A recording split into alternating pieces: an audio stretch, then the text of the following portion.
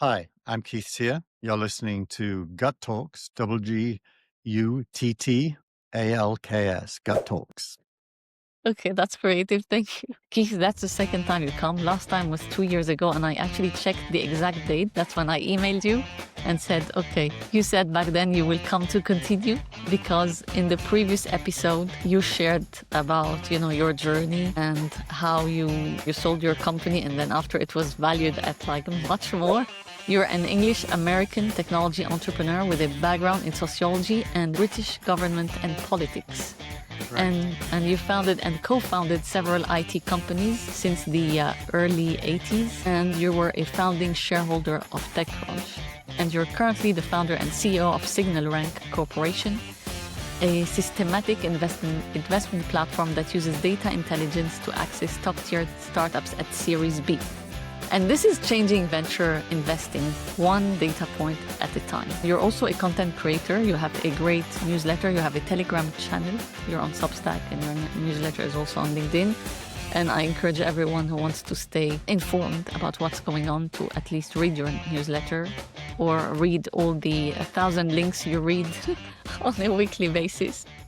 Exactly. It's thatwastheweek.com. And on Telegram, it's just at thatwastheweek. And I like the intros you have. Quick one here. A few years ago, you started talking about the creator economy. Is this when you got started, and what keeps you going? You mean doing the newsletter? Yeah, and the podcast with Andrew Keen. The thing that keeps me going is curiosity in understanding developments is mainly in three areas: broadly speaking, tech; more narrowly, venture capital; and also government and regulation as it pertains to how do you spread the wealth that tech creates. So there's a bunch of different reasons, but it's curiosity and a desire to be current. There's nothing worse than somebody who quotes from an Old Testament and never engages with what's going on today. Yeah, true. And just to say, like, I loved how last time it was, you shared why you got started and how you got into technology. But then your background is not at all in technology. It's you're a techie, not to say a geek in a way. You learned all that on your own. And when AI came out, generative AI, you started coding, and you in one of your newsletters, and podcasts, you shared a platform for people to test out. And that's based on your own workflow, right? So what else have you built since we spoke? You know, a lot. I built a lot. If you go to search.signalrank.ai, it's a search engine that sits on top of both investors and companies in the venture capital ecosystem. I built all of that. I actually built it in, I'm going to guess, 3 or 4 days in total, and it's been live ever since. I built the entire CRM and workflow system for SignalRank's back office. It's about 8 different modules, but we use it because it's custom designed for our workflows. So way better than using Salesforce or HubSpot or any of those things. On a more personal note, I haven't released it yet in the App Store, and I might not, but I built a therapy app for teens. I have 3 young boys, and the youngest had a lot of challenges, medical challenges. And I built an app called Reflect, which was for him to have private conversations with AI about him, and was, custom designed to be helpful and thoughtful without being sycophantic. So lots of things. I mean, the amazing thing is you can build anything that comes into your mind, and quickly as well. And you can build, an Android app or an iPhone app or a web app or a Mac app. I mean, anything, because the AIs are good enough to understand. So the only requirement of you is being able to articulate what you want clearly enough. And I think you can pretty much do it in any language, by the way. So you don't have to do it in English. So we're entering the era of custom software where it would always be a worse choice to pay a vendor for some generic software. Now, of course, it's like anything. You have to be prepared to put the effort in to do it. And many people don't want to do that, so they will go and buy from a vendor, but you no longer have to. Yeah, yesterday I was having a conversation with a friend. I'm like, you don't need to go elsewhere. At least you're in control. Anyone can do it with a bit of patience. And based on what you're saying, I remember you talking about this therapy app that you built. I remember on one of your shows. And a few weeks ago, I didn't want to use the vibe coding apps out there, Lovable and Copilot and Yeah. whatever.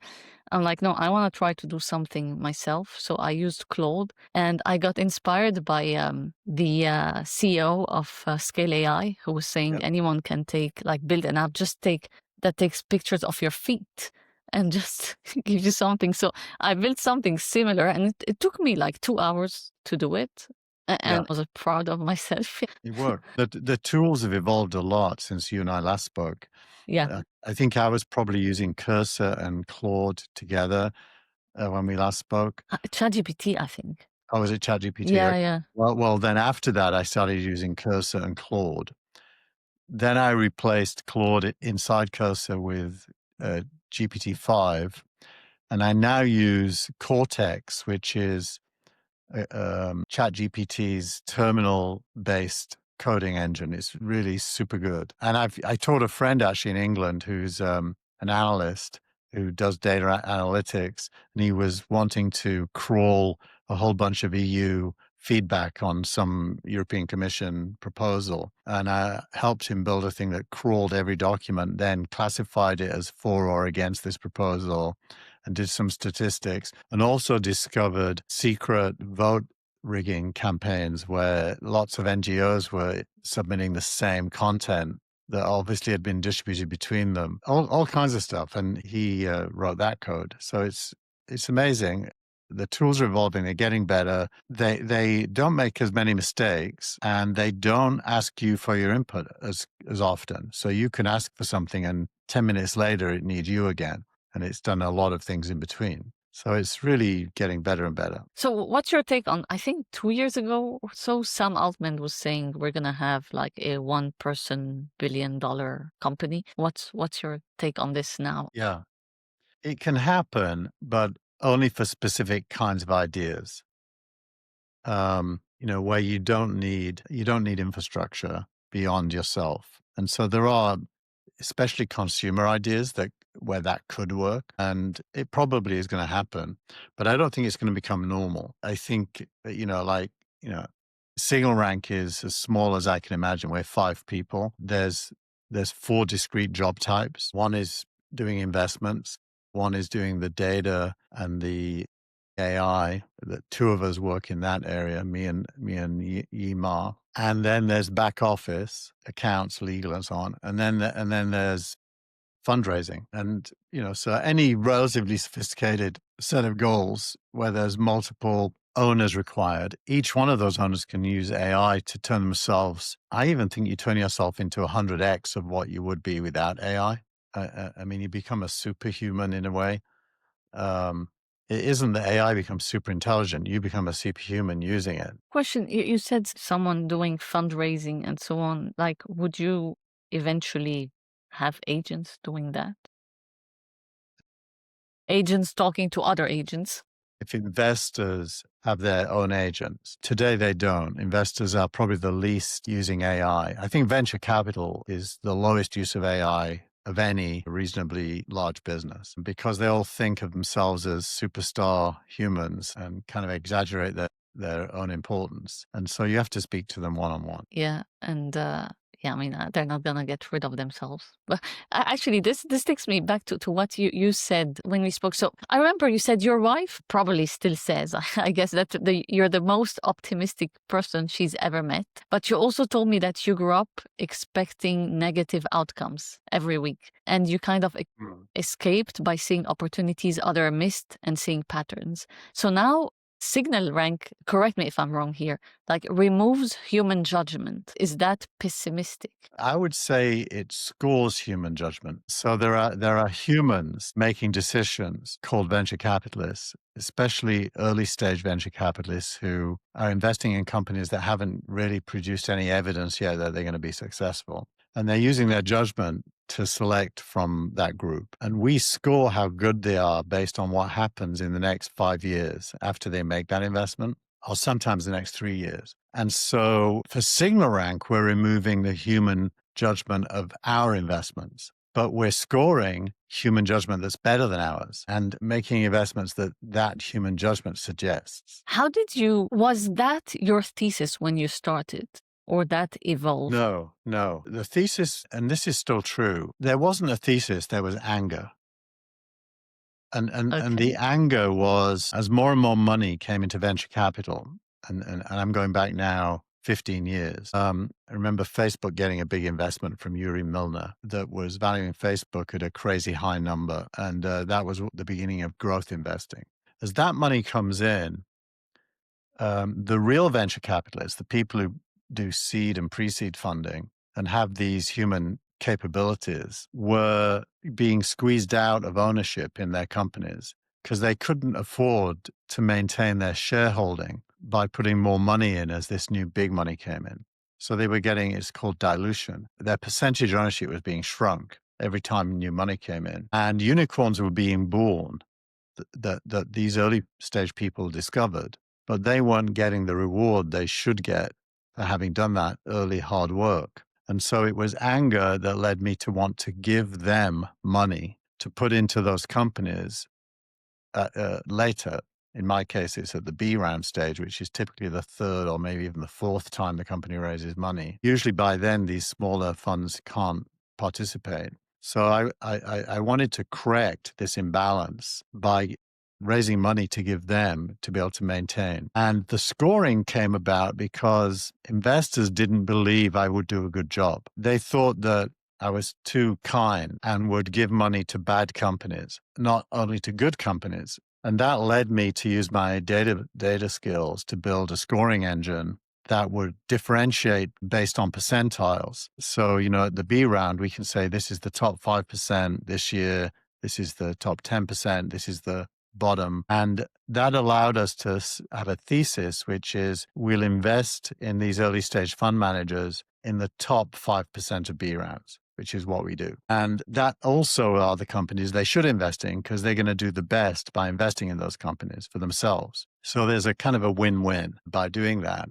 And if they are emotional and want to give money to their worst companies, they can, but we won't underwrite that. And they have to go elsewhere for that money. So it led to it through investor pushback, actually. And it's now extremely systematic, but the goal remains the same. The goal is to channel funds from investors to early stage fund managers into their best companies. And at scale, that should be a lot of money. It should logically, investors should want to give me a lot of money because that targeting results in very, very high returns. And last time you shared that your numbers actually prove it, and you're having Yeah. more success. Where are we at Well, now? Because now more data. yeah, rolling the clock forward to today, actually, we sent an investor notification yesterday. We now have done 41 Series B rounds in 2 years. It's a little bit over 2 years. We started in June 23. Only one venture capitalist in the world's done more than 41 B rounds in that time. That's Andreessen Horowitz. So we're number 2 in the world. The performance is we break it down into years. So in 2023, we did 9 investments. It's currently sitting at 135% of the cost in less than 2 years holding period. The 24 investments, which are less than a year holding period in some of those cases, is at 125% already. And the 2025 cohort is 19 companies currently. It'll end up around 25 to 30 by the end of the year, is already also at 135%. And the holding period is less than 6 months in many of those cases. So these companies that we select and invest in are high growth companies. Now, we're investing at the B round, and the life of these companies is probably 10 years of growth ahead of them. Unlike, say, buying Stripe or SpaceX today, which are already fully grown. So the names that we invested in would be unfamiliar to most retail investors. Like, for example, Mercor is one of our companies. They just announced Yeah. $10 billion valuation, but probably most normal investors have never heard of Mercor. I'm not an investor, but I saw it on your website because I've been reading about it. And I was like, Right. wow, when I saw it today on the website. Yeah. So we're in the names that, 2 or 3 years from now, they'll be household names, but we're in them early. The whole pitch to our investors is you can select the best early. Well, then, the next bit is we've now completely confirmed our 2026 plans to be listed as a public index. So our competition, in a way, are these public market indexes like the FTSE 100, the S&P 500, which most investors invest in through their managers that manage their money, and they're de-risked, giving everyone quotes that the S&P 500 on average will do 10% growth every year.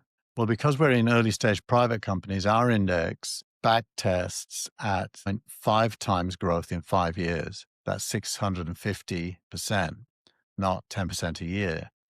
And that's because it's early stage private growth. So by the end of next year, retail investors, anyone, will be able to buy a SignalRank index share and will, through doing that, own all of the companies that we have in the index. Well, that's news. And you're staying at Series B. Oh, yeah. Series B is when these early stage investors don't have capital and need capital in order to maintain positions in high growth companies. By Series B, about 70% of venture backed companies have already failed. So it's a highly de risked stage. And 1 in 10 at Series B will become unicorns in general. In the case of our selections, it's more like 1 in 3. So it's de risked anyway, and we de risk it further. Tell me if I'm wrong, but SignalRank, is it like a choice not to be out there, or you're very specific on where you want to be? Yeah. Well, we're not a fund. So in a way, we shouldn't really be spoken of in the same sentence as A16Z. We're a slightly different way of thinking about venture capital. Just like Revolut is to banking, we are to venture capital. We're a kind of a disruptor. Venture capital has never had retail investor money. We're going to change that. And so it's a very different way of thinking about who are the investors that the money will come from. In the case of A16Z, it's a very small number of friendly pension funds and endowments and high net worth individuals. So it's a self-selected group. Normal people do benefit from that because they're pensioners and their money may be in those pension funds. So there is some benefit to normal people. In our case, it's going to be direct through public market investing. And then the second thing is we're not building a portfolio. A venture fund is making choices and building a portfolio from choice. And so it's relying on its own judgment. We're relying on scoring the judgment of others and getting allocations to invest in the best of that. So we don't sit around every day discussing what a company does compared to its rivals. We don't even meet the company. So we're a purely statistical AI statistical engine, and we manage the scoring mechanism, and then we manage over 300 partnerships with early stage investors who have access to invest in those companies. Yeah, I just, you're a people's person in a way. So was it difficult for you to just do that and be like, I'm not just gonna be nice, I'm gonna be right in a way? Right, right. Well, I am too nice in general. It's one of my greatest failings. But, in business, you got to be pretty scientific about all your decisions. And I will say there's a gray area for me where I'm not always. Okay. I wanna touch a bit on what you've been discussing also, not only when we spoke, but in your newsletter, and that was the week. You've been talking about browsers becoming agents, Chrome AI mode, and so on. Yeah. And this whole shift where the interface becomes a conversation rather than links. So what actually dies here? Because you mentioned that publishers are the victims, not the users. Yeah, yeah.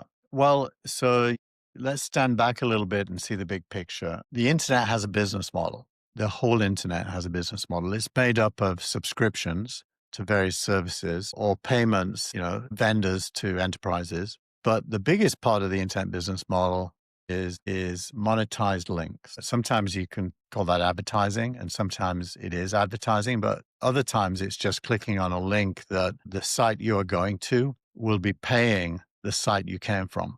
There's three acronyms: CPC, CPA, and CPM. CPM is cost per thousand clicks. CPA is cost per action if you buy something or subscribe to something, and uh, uh, CPC is more like affiliate payments. So that's the entire internet business model, and it generates something like $700 billion a year, and it depends on search and clicks. Well, if the browser evolves to a place where it's a conversation and you're no longer doing as many searches, there is a danger that that entire business model is buried. It just becomes invisible to users. And if that happens, the websites will start getting traffic decline. And there's lots of evidence now that an AI user will click and go to a site many hundreds of times less often than a search user. Because search, your intent is to find something to click on. In AI, your intent is to learn something or to understand something. So many, many people are calling AI the death of the web, not the death of the internet, because AI is on the internet, but the death of the web. And the web meaning websites with traffic, getting subscribers or earning money from advertising due to that traffic coming. That is not an unrealistic fear. It's entirely possible that that would be the trend. Obviously, like everything else, TV didn't kill radio, and AI won't kill the web, but it might shrink it enormously. And therefore, the business model will shrink. And therefore, the New York Times won't be able to pay journalists to produce content at the same scale as today. So most of what I've been speaking about is how could you fix that? How could the mutual interdependence of publishers and users survive the shift to AI and conversational browsers? And this probably is the wrong place to go into detail, but I came up with an answer to the question: how could you migrate Google's link base, the database of links, and the knowledge of how much money a link is worth, which is in Google's ecosystem? How could you migrate that knowledge to AI and allow it to survive? And that's just to throw one in here. We're talking more about the interface at this moment is visual primarily, but then what happens when it's not visual also? You mean spoken? Yeah. Um, I'd expect that to be a trend, but I think there are social reasons why voice won't replace visual at the scale people assume. And that's because the only time you can really use voice is when you're in private. It's very hard to use voice in a group, at least for now. That could change, and you could have group conversations with AI participating, and there'll be use cases for that. But I think there'll still be visual use cases where you want to ask an AI. For example, I just bought a projector that can make a TV picture on my wall. It's called an ultra short throw projector. So it sits very close to the wall and it makes a big screen on the wall. And there's a lot of competition for which projector. And I used AI to research it, but I didn't get back where I could buy it. Why? Because AI doesn't have current links or prices. Why? Because AI is very bad at database queries. It's a probabilistic, conversation, not one that uses database lookups to give real-time price knowledge, whereas Google does. So I ended up going to Google to find out where to buy it. And that seems to be fixable. OpenAI just announced a deal with Walmart, where Walmart's catalog is going to be available inside.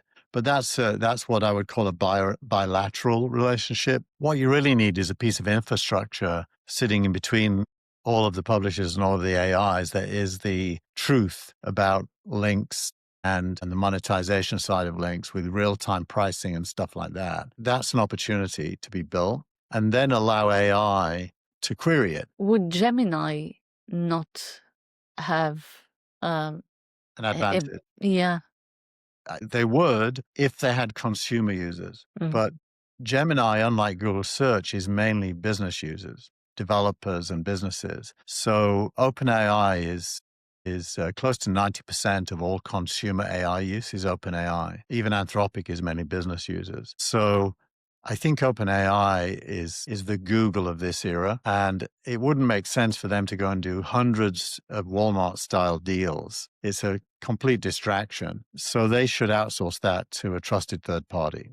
So going back to advertising, just to touch on this, I'm sure you read articles where they were stating that OpenAI or ChatGPT is actually exploring having ads in the platform. And you said that OpenAI also, that's just another one, has the whole consumer market.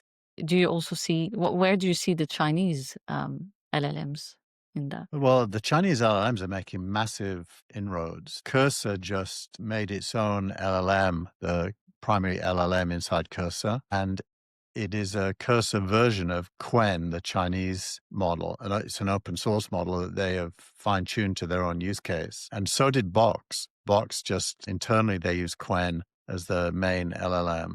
And, on the consumer side, DeepSeek, Kimi, Kimi, and Minimax, which is a new one, Minimax 2, are all fantastic consumer ones, but they don't have, they really don't have consumer attention, the scale of an OpenAI. So the real Chinese threat is the open source models being used because they're good and they're open source, so you have no dependency on the Chinese company that made it. You can run it on your own systems. So I think that's happening. None of that really threatens OpenAI. I think OpenAI has understood that AI is first and foremost a consumer growth story. Now, ads in OpenAI conjures up to me a horror story. And by ads, I mean display advertising.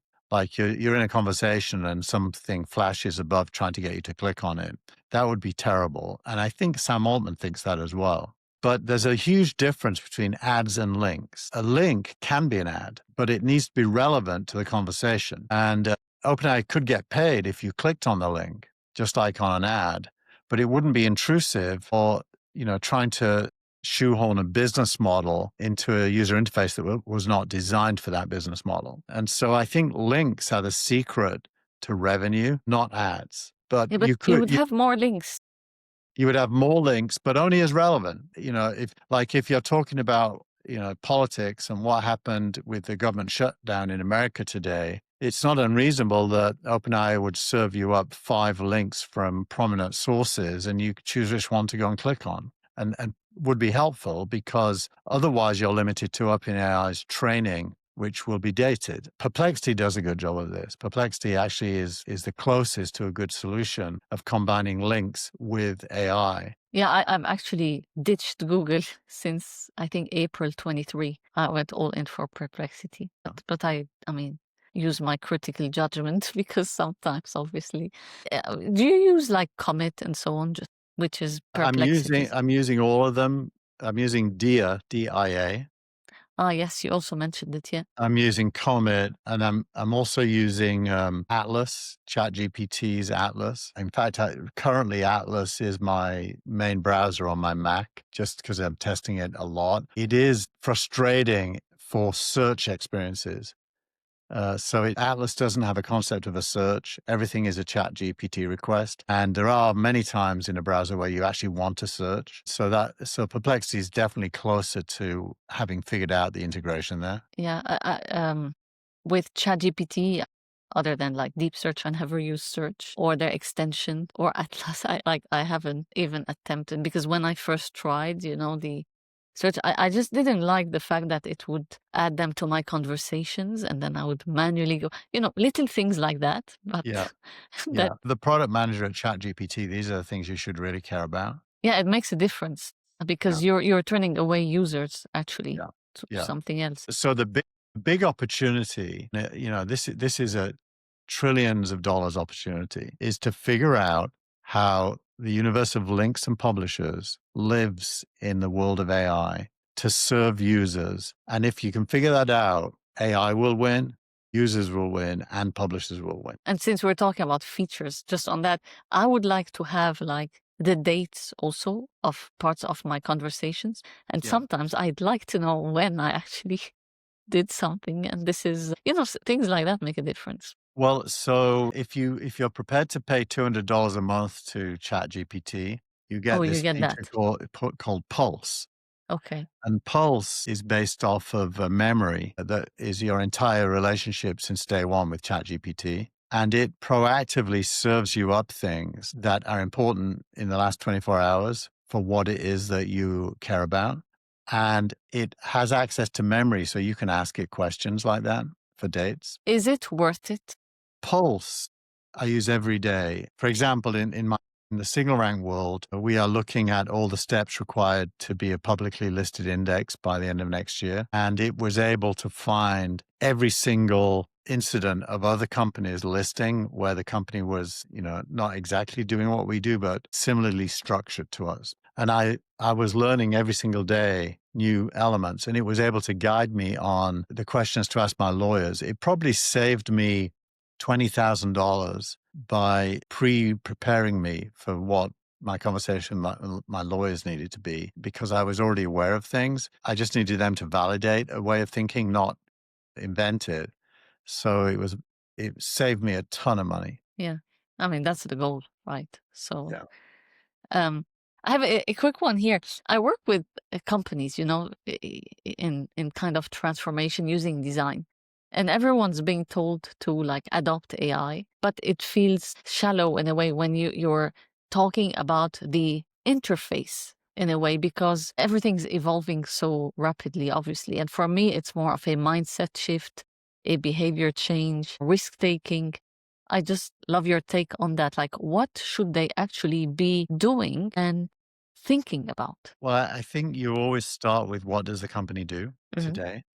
Back in the 90s, I built a system for Warner Brothers Music, which is the system called the A&R system, where they recruit new acts. They have to make an entry in the database and they give them money, some money to that act. And then the performer spends that money on stuff from Warner Brothers mainly, and they end up with an account. And in order to build that system, I had to interview everyone who worked at different parts of the A&R department to understand their job. And then the software had to, when they saw it on the first day, had to be familiar to them from the point of view of their job. And it's tedious, detailed work, but it's important. So the first question about AI is to understand where AI can help a current company in what it already does. Help is defined as two things: time and money. So, could it make them more productive by doing things faster without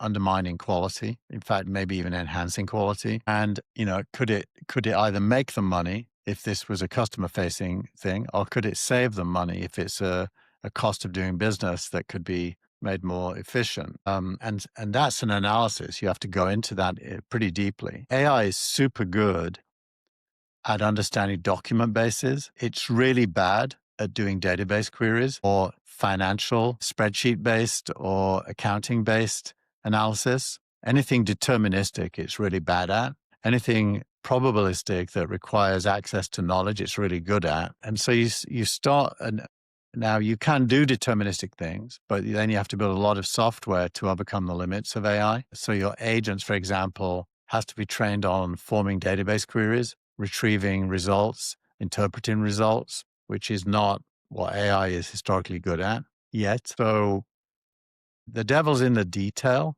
but I think time and money are the two big words at the top. And looking at all the processes, internal, outward facing, and figuring out prioritization of where the biggest impact could be.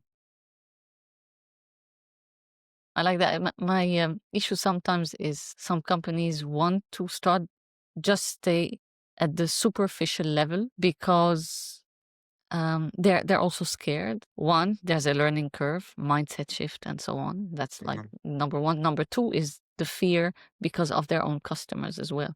And Uh, this can depend on the regions, I guess, too, and culture, because it's just like you said once in one of the talks. I think you were speaking in Europe, if I'm not mistaken.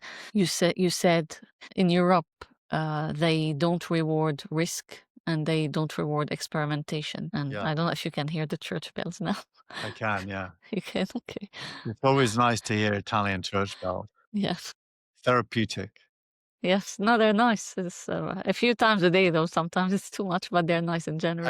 I once went to Lebanon, and their mosque does the evening prayers just after it gets dark, and it's also very therapeutic because they're And sometimes singing. they're together, right, with the Yeah, church bells and sometimes together, yeah, and yeah, yeah, especially in Beirut because it's multi yeah. religions all at the same time. Yeah, But I think hopefully, I'm they going in figured out how December. to share the clock.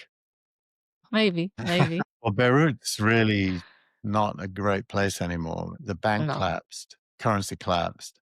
A lot of Yeah, my friends, got into quite deep personal trouble during that time. I haven't been there for like 2 years, Yeah. but this is yeah. Let's see.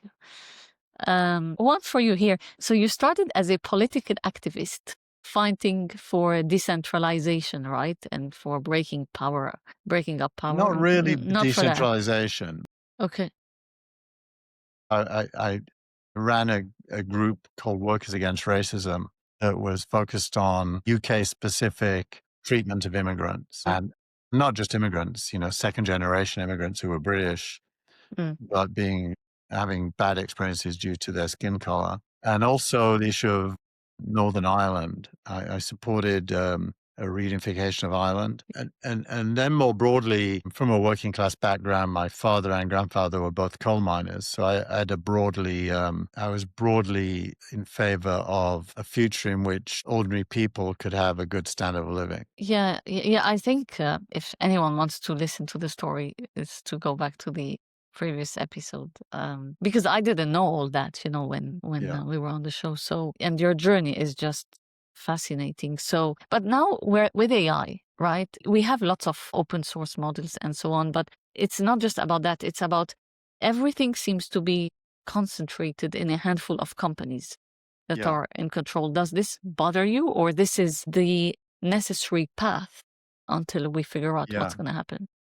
Well, look, I think it's inevitable that that's the case because money follows innovation, and innovation starts with usually a single company, and then if possible, other companies join in, and it becomes several companies. So the money gets concentrated. If I tell you that something like 75% of all money invested last year went to uh, a very small number of companies. And something like 40% of all venture funds went to only 10 funds. You've got huge concentration both within funds and in companies. And so if you look at the charts of how much money is raised, the top 5% of companies are raising much bigger check sizes than everybody else, much, much bigger. And so it appears as if there's a venture capital renaissance with money flowing in the streets. But the truth is, for most companies, they can't get funded because they're not in that top 5%. So there is this highly concentrated flow of capital. And that is leading to these huge budgets for data centers and the like and energy sources, and probably will lead to huge outcomes. I think it seems obvious to me that OpenAI is going to be worth trillions of dollars in the future. NVIDIA is the world's most valuable company right now at 4 trillion. It wouldn't shock me that OpenAI is worth more than NVIDIA eventually. In fact, yesterday, SoftBank announced they'd sold all their NVIDIA shares so they could invest more in OpenAI. So But they're connected anyway. they're connected because the money that gets in OpenAI, some of that money is spent with NVIDIA. Mm-hmm. And the money NVIDIA gets, some And of you it have is Oracle. invested in OpenAI. But the money's coming in from the outside. This is why the theory that there's a cyclical, recycling of money just between a small number of companies is not true. This money is coming in from investors on one side and from customers paying for the services on the other side. So there's a huge amount of money flowing into AI. That's what mostly makes it different from the internet bubble, when companies were valued without having lots of revenue. Today, they have lots of revenue, huge revenues, precedented revenues. Like Mercor went from 0 to $500 billion of annual revenue in 17 months. So Yeah, it's that's huge. yeah. So there's that's real. And that leads to concentration. The concentration is what is, allowing AI to evolve. And AI evolving benefits all of us through time and money. Going back to time and money, we all benefit if you can shrink time and grow money. And now the question becomes a political question. How does that capital flow from highly concentrated companies into the whole economy for everyone? And I think that's the question of the age. If governments have a role, it's to answer that question. When we met a few years ago, you were saying that because of the internet and the mobile phone, obviously now everyone can become an entrepreneur and start a business and do things basically they couldn't do before. But do you still think the same with AI? I think AI accelerates that. I mean, if I think of myself 2 years ago versus today, what is it I can achieve? It's not even close. AI has given me the ability every day to achieve many, many more times output than ever, and I think of it almost like the 100x human. The human is now 100 times more capable than they were before. Of course, for that to be true, you have to actually go and learn the tools and use them, and that probably a lot of people are still not doing that. So, but trust me, if you lean in and you go through the pain barrier of learning these things, suddenly what you can achieve is amplified many, many times, more than with a cell phone and more than with the internet. That's if you have access to, because now, Yes. yes, the internet, some people in some parts of the world won't have access or don't have access to what we have access to at the moment, or it will be delayed.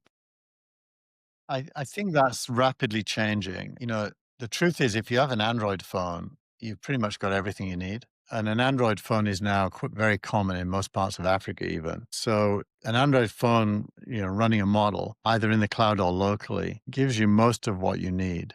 Think of a kid doing their homework and taking pictures of the questions and asking for a way of thinking about how to get an answer, not cheating, but We're, using AI to learn how to think about the question. yeah, we're gonna get to that. Yeah, it's something we quickly touched on last time. Yeah. Okay. No, I wanted your take on that. But before we get, I actually think that the native intelligence of every individual, yeah, the disadvantage they have due to their demographic, yeah, is shrinking. okay. Eventually, every individual will have the same chance Hmm. to fulfill their potential. And is the cost of AI gonna go down? It'll be At zero. what? Cost will be Okay. zero. It already is zero if you have an Android phone and you don't pay Yeah. for one of the additional services. But I think the trend will be towards zero, Okay. which is why the earlier conversation about how it all gets monetized is so important. So talking about this, because I was listening to the CEO of Humane Yeah. AI. He did an interview in July. I can't remember on which podcast. I think it was a podcast in Saudi Arabia. I was looking for him, but he was on the All All in. In Yeah. as well. I want. Because you watched it, okay? Because I remember a few years ago, I watched an interview, I think, between Shamat, but I can never pronounce his Math. Pali. pa, Pali Hipitaya. yeah, there we go. And the founder and CEO of Grok with a Q. So he was one of the early investors in it. And basically, the and obviously Humane in Saudi Arabia, they got the infrastructure of Grok. That's what they're doing, what they're Yeah. doing. So you mentioned, I mean, he said that I think they want to be in the top 10. And I think they're number 3 after the US and China in terms of data centers, if I'm not mistaken.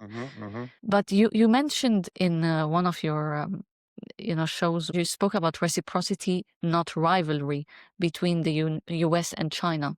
And you mentioned Saudi Arabia is well positioned because it's friendly with America and with China. So should one choose one side, or will they be allowed to choose one side and another, or over, like, should they, Yeah.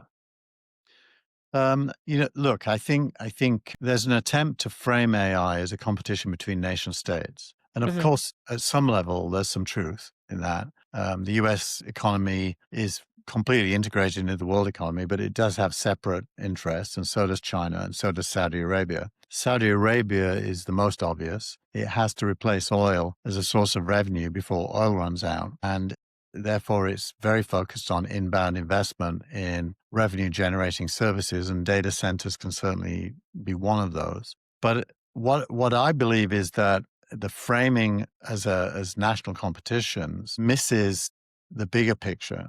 which is the uplifting of the human race through the development of AI. And so, Chinese people are going to be uplifted. Saudis are going to be uplifted. Ethiopians are going to be uplifted. Americans are going to be uplifted. The money from that uplift will think of it as money from automation touching humans. That money will be everywhere, but mostly in the places selling. Sellers get money, buyers spend money, and there's going to be Chinese sellers, American sellers, Saudi sellers. So the reality is the gross domestic product of the world will grow, measured in things produced and consumed, and everybody will be uplifted. And if you wanted to say country A will win and country B will lose, that will be true at a relative level, between the two of them. And in that, I certainly believe China is going to win and America is going to lose, for sure. It's inevitable to me. But America isn't really losing. It's going to grow. It's going to be very powerful, valuable. It has probably got the biggest AI companies, but AI, nobody predicts AI being more than 20% of global GDP. So even if America owned all of it, it's still only 20 out of 100. And so the world, by which I mean humans winning, is the bigger story here, not nations losing. And that's why I use the word reciprocity. It isn't nation to nation reciprocity, it's human to human. One of the reactions I also get, like when you mention, and that was a few months ago, but it's reoccurring. It doesn't change. You mentioned DeepSeek or China. Oh no, it's China, and I'm like, and my opinion. So I'm completely with you on this. We should always have people at the center, but unfortunately, realistically, that's your optimism. I think I don't know. It's not. It's dominance, and I also mentioned in this that Yanis Varoufakis. I don't know if you I listen to him sometimes, and He's he a Greek mentioned, yeah, former minister. yeah, correct, yeah, that's him. He had a talk, I can send it to you after, where he said that China's winning on cloud capital, and America's way behind on this. That's like his interpretation. Yeah. But yeah, I don't know if on that, because I'm with you on this. We should, but it's not the way the world works, the way I see it. Maybe because I've lived through war, I don't know, but Yeah. Well, I think in order to conceptualize it, you almost have to have two parallel sets of facts. The first is what's happening to globalization and nation states. And almost everything discussed is an accurate representation of what's happening there. We have deglobalization, growing nationalism, economic nationalism in particular, but also, as you can see, cultural nationalism. Some of that is, a healthy response to, this is controversial, but a healthy response to the left and identity politics, telling, for example, poor white English people that they're not important. It's kind of reasonable to expect that poor white English people won't like hearing that and will react against it. Yeah, but I mean, you watch football. I mean, I watch sometimes football if I see, but the kneeling before every game. I personally don't get it, but Well, you know, yeah, I mean, look, the UK is probably the least racist place I can imagine. That's a good example. England goes out of its way to be welcoming, even to the extent of undermining the original host population in the picture. So you get nationalism. It's a reaction. And currently putting Union flags in the streets is one of the forms that takes. I understand that. It's a normal reaction. It probably mostly isn't racist, actually. It's just, don't tell me I'm unimportant. Don't tell okay. me I'm less important because I think I'm important too.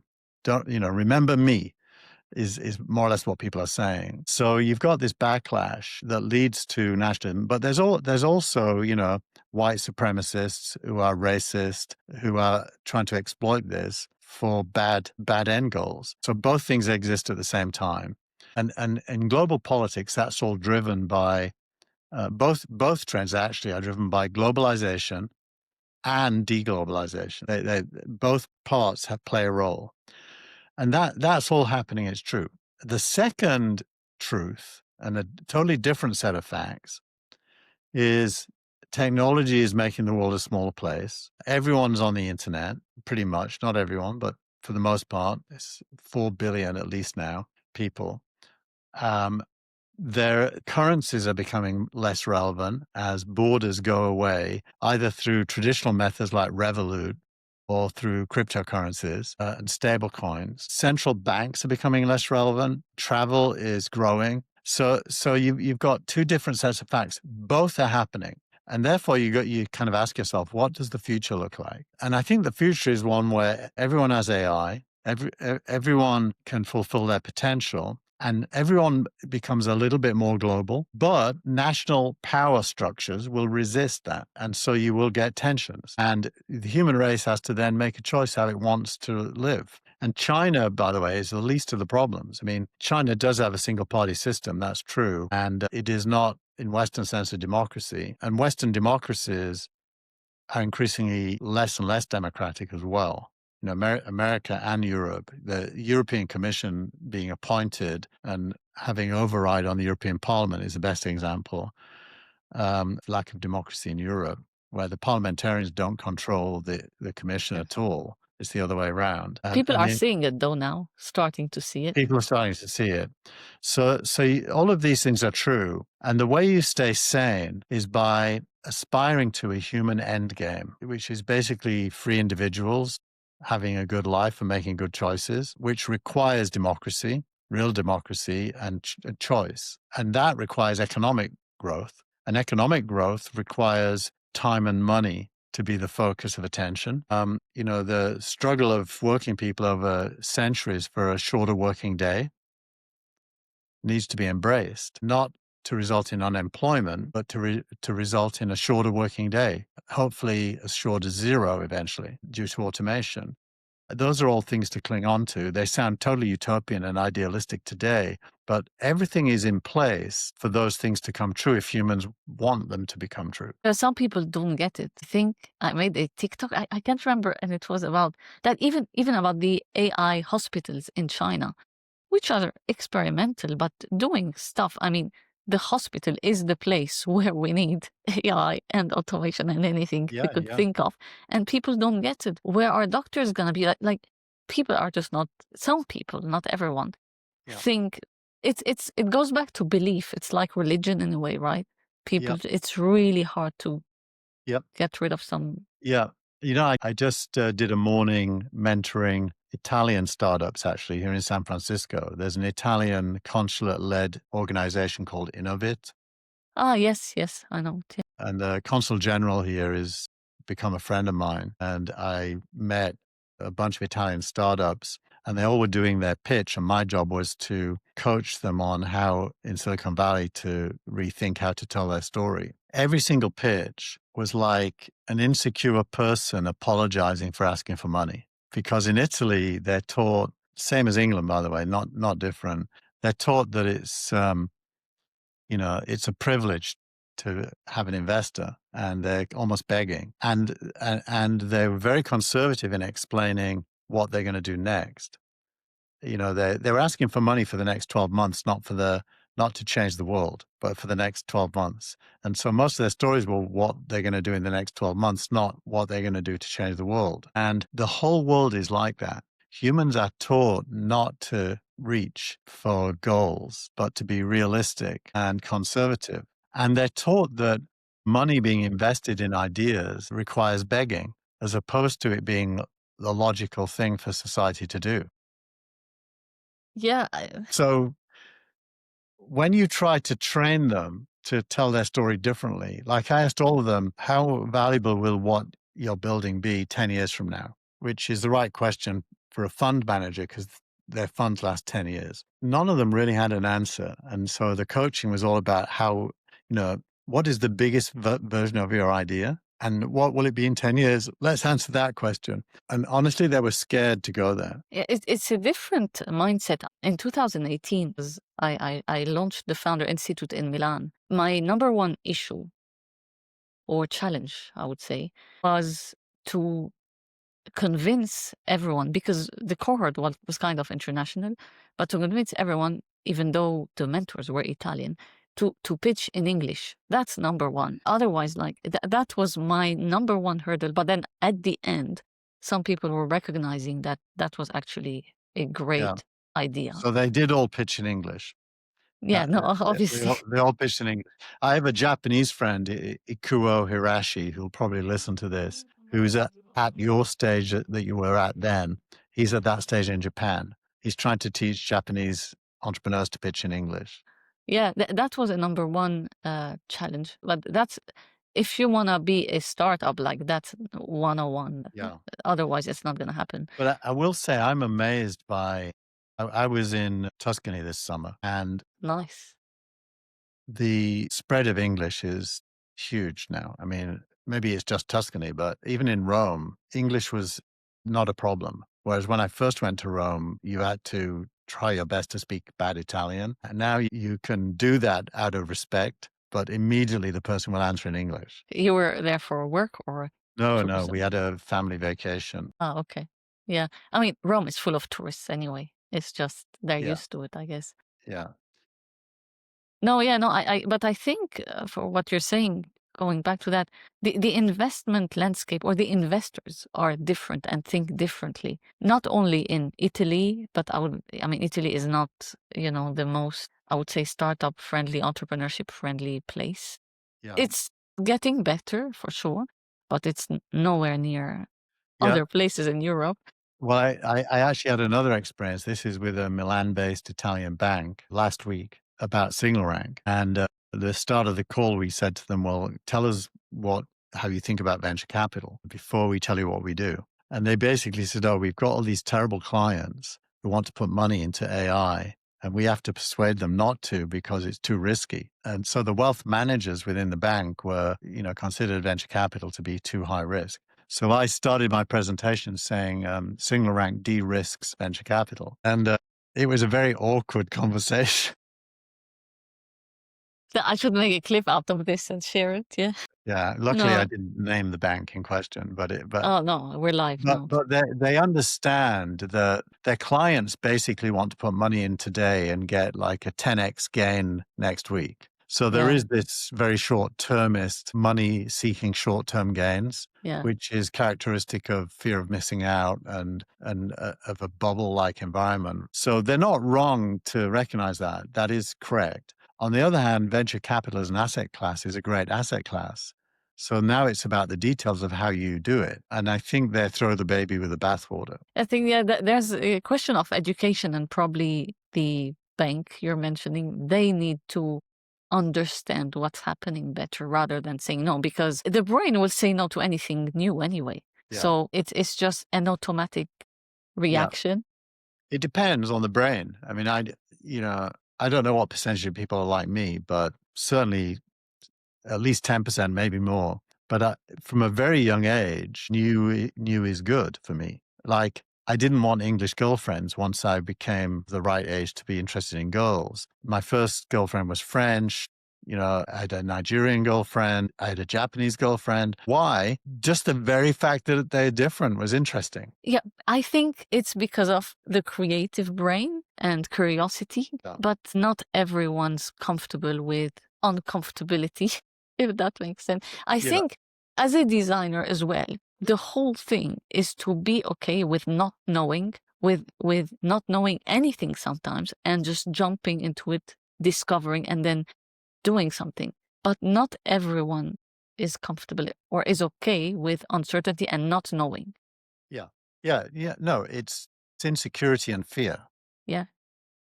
Insecurity is probably, it's funny. American parents are brainwashed into understanding that confidence is one of the most important things they can give their kids. So they give their kids medals even when they don't win, things like that. But there is a truth that confidence is important, but the confidence has to be grounded in a reason to be confident. And a fake medal isn't. So it really comes down to understanding, building your own confidence through trying things and failing, and then learning and then getting better. To me, that is normal. And so removing fear is probably the biggest contribution you can give to the human race, actually. I'm doing these. I have a nephew who's turning 3 next month. Whenever I see him, like I let him do the hard work to do what he wants to do, Right. because it makes a difference. And when you meet actually any American person, they're so confident compared to anywhere else in the world. It's Yeah. astonishing how good of a job. It's cultural, and great at sales.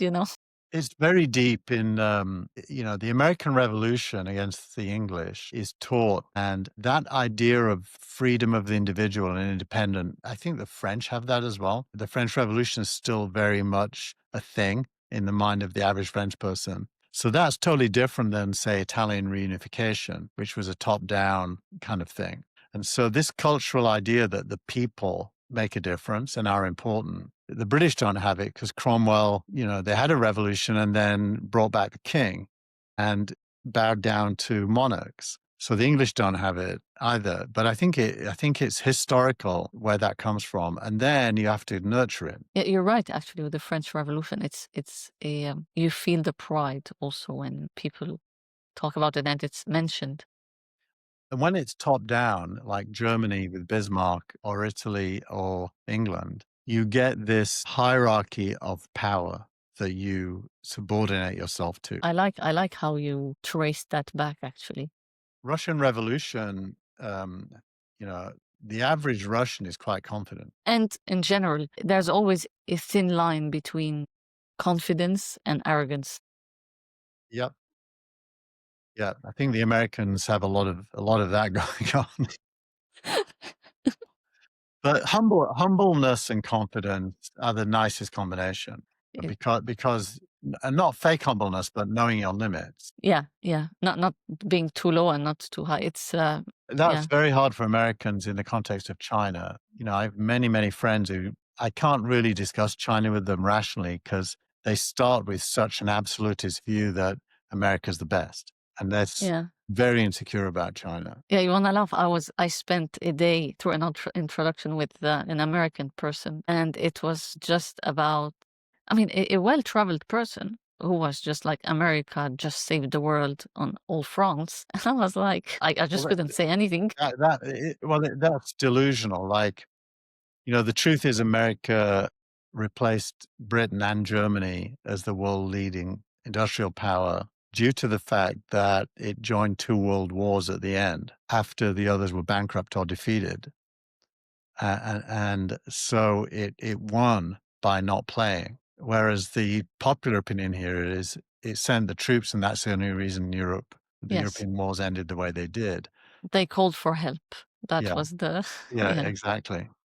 and I had to listen to that. Yeah, I was like, where can I like bury myself? exactly. So we went a bit into critical thinking, and so I want to go back a little bit into AI. I mean, that's fascinating. I think I could spend a whole day discussing, but I know you have a day off to work, actually, I not to do. talk to me. If AI, because you mentioned learning, right? Talking about learning and education and so on. You were giving an example just right now about a kid, taking a screenshot of like a question and trying to get AI to help him think, Yeah. not to have the answer. But that's tough because AI so far by default just gives you answers instantly. So how do we preserve the struggle that creates learning? Well, I think you're going to have the whole spectrum. Some kids will take a picture of a question, get the answer, and give the answer to the teacher. The teacher's job is to teach the kid how to use AI better than that, how to use AI to help him or her understand whatever the thing is. And so an AI produced answer for most purposes should be scored low by the adjudicator. But a kid who uses AI to really understand, let's say they're reading a book in English literature, to understand the context of the book, the author, the meaning of the plot, and so on, and is prompting AI not for an answer to a question, but prompting AI to help the kid think, that's a good thing. So AI as a tool for thinking should be the goal. Now, what does that mean? I think what it means is the role of the teacher changes. In US classes, the teacher's job is to present the curriculum to the kids, sometimes factual, sometimes not factual, depending on the class. And then to give the kids tests and then to score the tests. So the teacher does three things: gives the curriculum, tests, scores. Very little time for talking to the kids one-on-one or even knowing them very well. Now, if the AI can give you the curriculum, which it can, if it can give you tests, which it can, and if it can score the tests, which it can, then the teacher's job can be way more human. which is to engage with the kids and teach them critical thinking was the phrase you just used. That is the job of education, to give kids, an understanding of systems and the ability to think critically. So math, physics, chemistry, biology, it's all systems. English literature, it isn't. Um, uh, you know, Statistics, it is, and so on. So I think AI can replace teaching and scoring, but it can't replace development, human development. And so I think schools can massively benefit from AI if they embrace it and rediscover their purpose, which is to build human beings. Yeah. So if AI can enhance human thinking, what parts of human thinking, just going back to what you were saying, right, should we protect from being, I wouldn't say, maybe outsourced is the word? I think I'm extreme on that. I don't think we should protect anything. I mean, in a way, what are you protecting? If let's say I'm building nuclear power stations, these new small reactors that can power whole cities and they're safe, and I'm hiring, and there's 5 people coming for the job, and only one of them has the skills. Should I hire the others to protect them from the clever one? No. You hire the best for the outcome. Now, that doesn't mean you discard the other 4. You just don't give them that specific job because they're not right for it. And so if AI can be as good, and remember, AI is human. Sometimes people, when they talk about this, they imagine this AI is just technology, but it's created by humans with code. It's a tool like a hammer created by humans.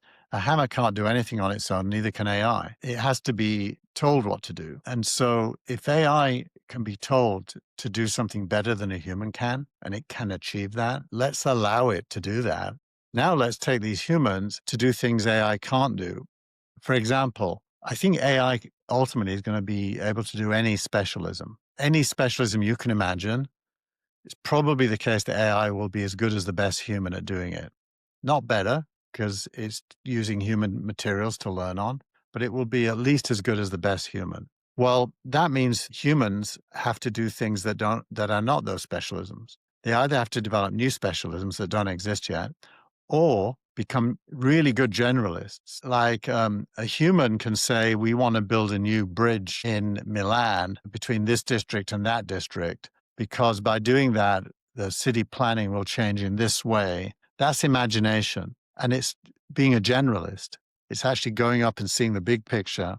Well, now it might take 1,000 specialists to build that bridge. AI can do that specialist stuff. It's never going to decide to build the bridge. And so I think humans end up being capable of abstract thought, planning, general direction, accelerated general direction, where more things are possible. And hopefully the working day will shrink for everyone, and we'll have better things from less people with AI doing what it's good at. And I don't know how humans suffer from that.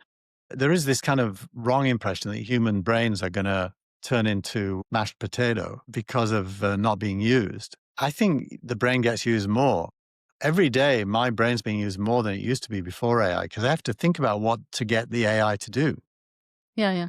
You just use it differently. It's Yeah. not that you're not using. So where do you see, you triggered me to ask you about the universal basic income coming into this? Well, before you can have that, you have to have universal wealth. Do you think that would happen? Well, before you have universal wealth, you have to have wealth. Also that one? So what is wealth? Wealth really is the abundance of things. It's measured in things, clothes, vehicles, travel. Wealth is measured in things. But So, distribution. well, let's come to that second, because you can't have go to distribution first before there's wealth. Oh, no, no, yeah. You end up with Stalinism. Yeah, no. How do you divide a small pie? You steal most of it. Yeah. So in order for there to be universal wealth, there has to be a big pie. And the big pie comes from automation and is measured in things. If that happens, the price of everything tends towards zero, because automation doesn't cost as much as human labor. And so step one, wealth, mostly that's going to be concentrated initially. Step two, universal wealth. Well, that requires policy. Should the proceeds of automation be taxed at 99%? Why not? No one loses because it's automation. So you need some kind of policy that decides that automated wealth is not privately owned. And tax is the obvious place to do that without needing revolutions. Governments that really are for the people, by the people, of the people would say this is the people's wealth because it comes from human progress over all centuries. And then you find a mechanism for leveraging that wealth. Now, my guess is that prices tend towards zero. So you won't need money to buy food or pay rent. I'm now talking way in the future. And there'll be a process towards that from today, which starts with taxation. Could I think he wouldn't want to, but could Elon Musk and Sam Altman resist that? No, they're two people. If the world's population voted for that, it would happen. Yeah, I think you're the most optimistic person I've ever met as well. Well, But I like how you're connecting them though.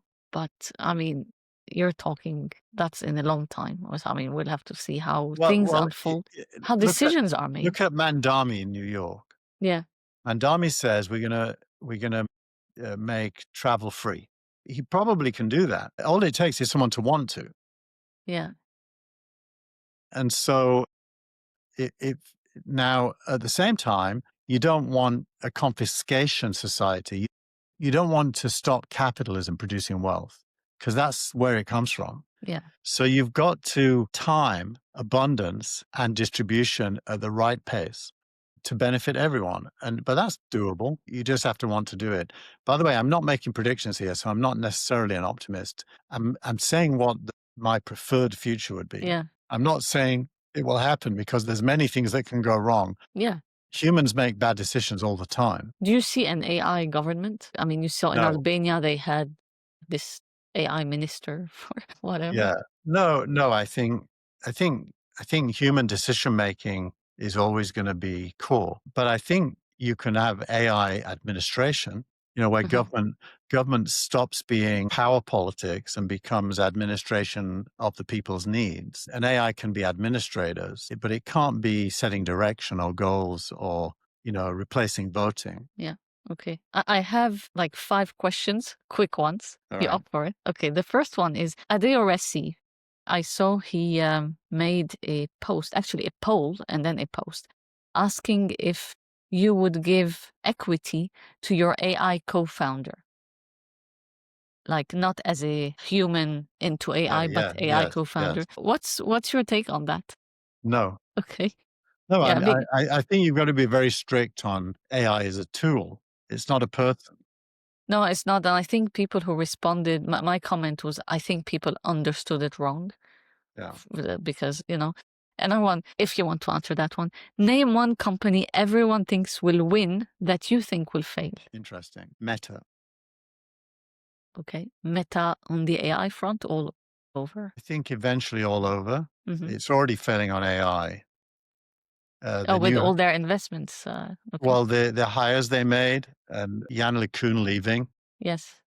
are all Mark Zuckerberg playing with people, going down another wrong path. So you've been doing this for 40 years, more or less. What's the one thing about tech that never changes? Making today becomes irrelevant tomorrow. I like that one. Okay. If you had to bet your net worth on one thing, I think AI continues exponentially or AI hits a wall. Which side? I think I know your answer, but I think LLMs are limited. They're word guessing machines, but they're very good. Good but limited. So I don't expect LLMs to produce artificial general intelligence, meaning creative insight and innovation. I do think DeepMind at Google, using machine learning, deep learning models, and reinforcement learning can in very specific specialisms. And that is a more likely future for innovation. But LLMs will be really, really good for what they're good for.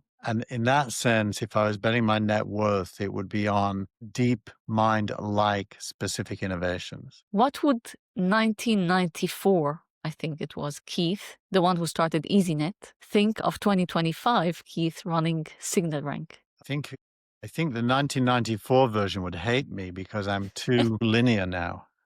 I'm not as crazy. Okay. But are you? That's the thing. Or it's because of your gut and intuition and everything you've learned. I could have been accused of arrogance and hubris in 1994. Today, I think I'm a bit more self-aware. And you told me in 2023 you can't sell things you don't believe in.